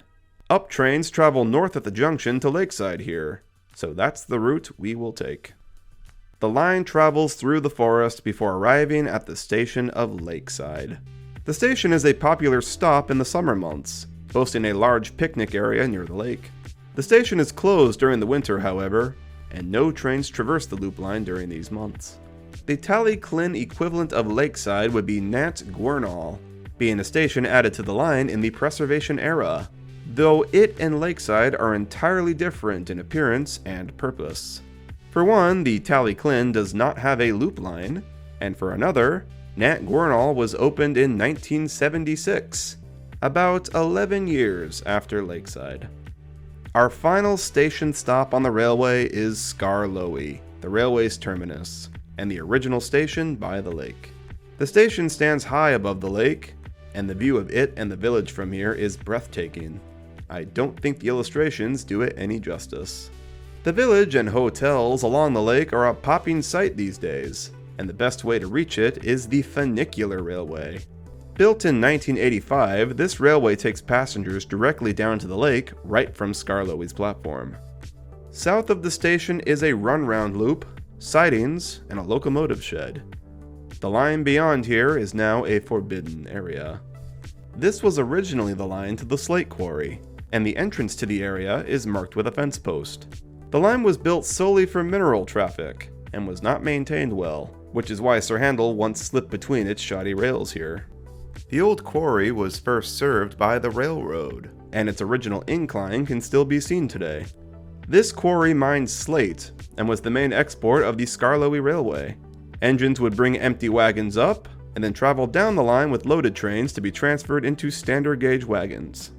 The mine was worked out by 1950, and all slate traffic dwindled. The few years following were a bleak time for the railway, as no one was certain of its fate. However, in 1953, the Ministry of Defense approached Sir Handel Brown to negotiate terms of taking over the quarry to store ammunition. He agreed, but the quarry had to be completely cleared out before it could be used.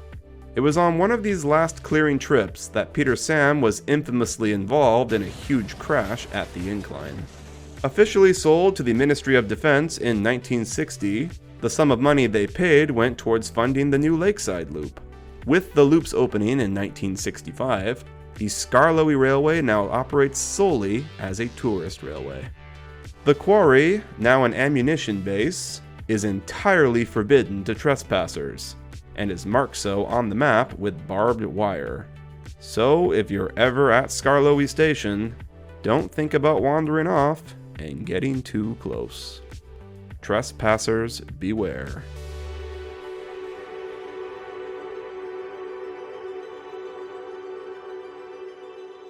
And that is everything.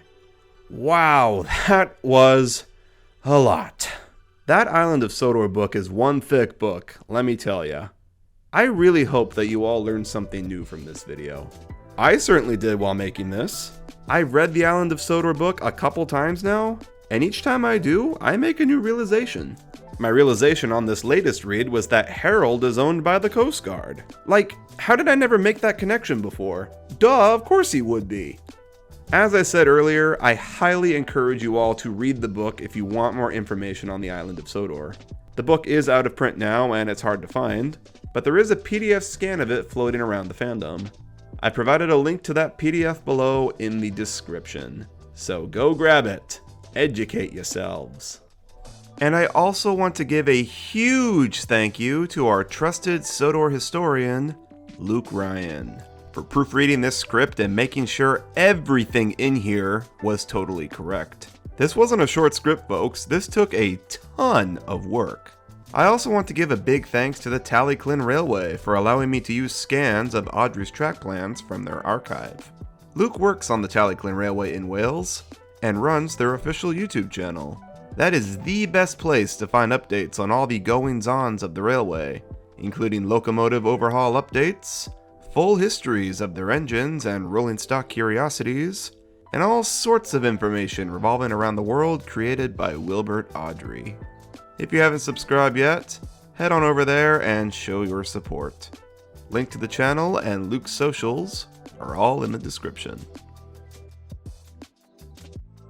And there it is, folks, the second longest video on my channel to date. I think the Tugs retrospective is the longest currently. I was hoping this would surpass it, but nah, it just squeaked in at about an hour 47. Ah well. If this video interested you, then I highly recommend checking out the Railway Series timeline video I did a while back. There's a lot of overlapping and extra info in that one that isn't in this video. This video is more about the geography of Sodor, and that one is more about the overall story and the lore. Once again, huge thank you to everyone that helped with this video.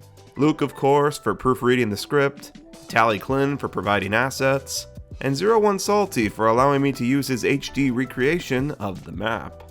And a big thank you to all my patrons as always for your continued support. You all make it possible for me to keep making videos like these. And that just about wraps it all up, folks. I hope you all have an excellent day, and I will see you all in the next one.